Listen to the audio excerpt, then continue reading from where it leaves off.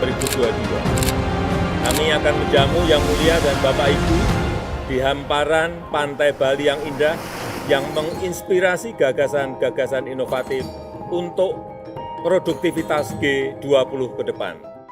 Heyo, ada apa hari ini? Posisi Indonesia sebagai presidensi atau ketua tahunan G20 semakin terjepit dikarenakan adanya perbedaan sikap dari anggota G20. Diberikan dua opsi, yaitu yang pertama, tidak mengundang Rusia dalam rapat, atau yang kedua, mengundang Ukraina. Ibarat sebuah geng pada zaman kita sekolah dulu, negara-negara blok barat yang tergabung dalam NATO menolak untuk hadir jika pemimpin Rusia yang di sini adalah Putin hadir di G20 yang akan diselenggarakan di Bali. Dan malahan meminta Indonesia untuk mengundang Ukraina yang berbeda atau tidak tergabung dalam NATO untuk hadir dalam pertemuan G20 tersebut. Padahal sejak Februari lalu Indonesia telah mengundang negara-negara anggota dan berkomitmen untuk menyukseskan forum ekonomi global tersebut.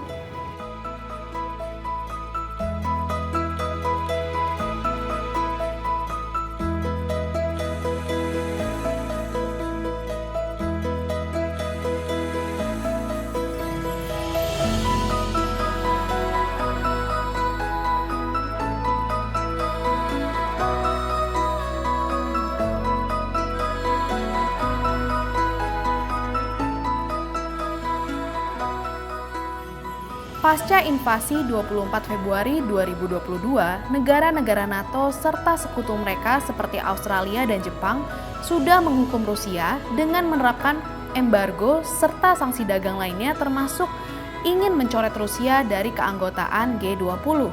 Di sisi lain, negara seperti Cina dan Arab Saudi yang juga anggota G20 menolak ikut campur.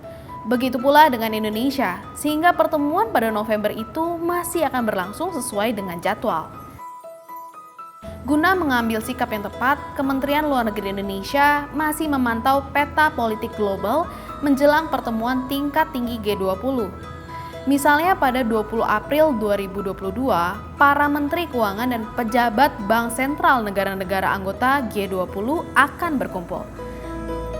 Terkait keputusan sikap Indonesia, Retno Marsudi juga akan mengunjungi 4 negara, Inggris, Prancis, Belanda, dan Turki, mulai dari 19 hingga 22 April mendatang untuk berkonsultasi, termasuk menghubungi berbagai menteri luar negeri negara lain juga akan dilakukan via rapat daring atau telepon.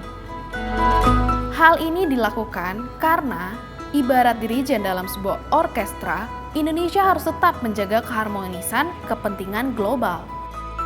Ibu Menlu harus mendapatkan semacam jaminan tertulis, baik itu dari Inggris, dari Jerman, dari Amerika Serikat, bahwa Ukraina tidak akan pernah diterima sebagai anggota NATO. Karena itu yang menjadi concern dari Rusia. Ya. Nah, lalu kemudian negara-negara ini tidak terus memasok alutsistanya, ya, membakar perang ini untuk bereskalasi lebih besar dari yang kemarin ini. Nah, nanti atas dasar itu tentu Ibu Menlu pergi ke Rusia untuk bertemu dengan Menlu Rusia untuk menyampaikan bahwa dari pihak Amerika Serikat, Jerman dan Inggris itu mereka bersedia untuk tidak lagi mensuplai alutsista ataupun uang bagi rakyat Ukraina berhadapan-hadapan dengan Rusia. Dan Ibu Menlu sudah mendapat jaminan tertulis bahwa NATO tidak akan menerima Ukraina. Nah, teman-teman, berbagai macam pertimbangan harus tetap dipikirkan. Apabila misalnya aja nih, ternyata Rusia dan Ukraina berdamai sebelum KTT G20 ini berlangsung. Ataupun juga tentang komitmen dari para anggota-anggota negara G20 ini sendiri yang berkata ingin membicarakan pemulihan dari dampak ekonomi akibat perang Rusia-Ukraina ataupun dampak dari COVID-19 ini sendiri. Dari pertimbangan-pertimbangan tadi, bagaimana menurut kalian?